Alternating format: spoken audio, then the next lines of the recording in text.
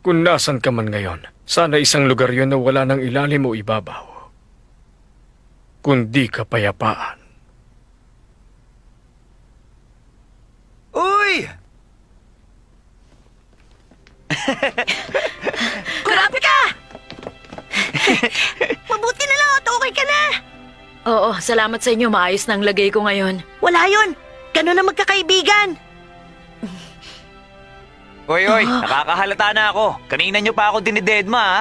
Teka nga, may nagawa ka ba para tulungan kami, Leorio? Meron naman kahit papaano. Meron naman siyang nagawa.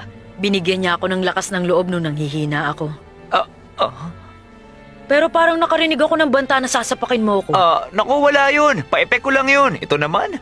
Pero bago ang lahat, Gon, paano nyo nga pala natalo ang Jed na yun? Huwag mong sabihin gumamit ka ng on. Ano?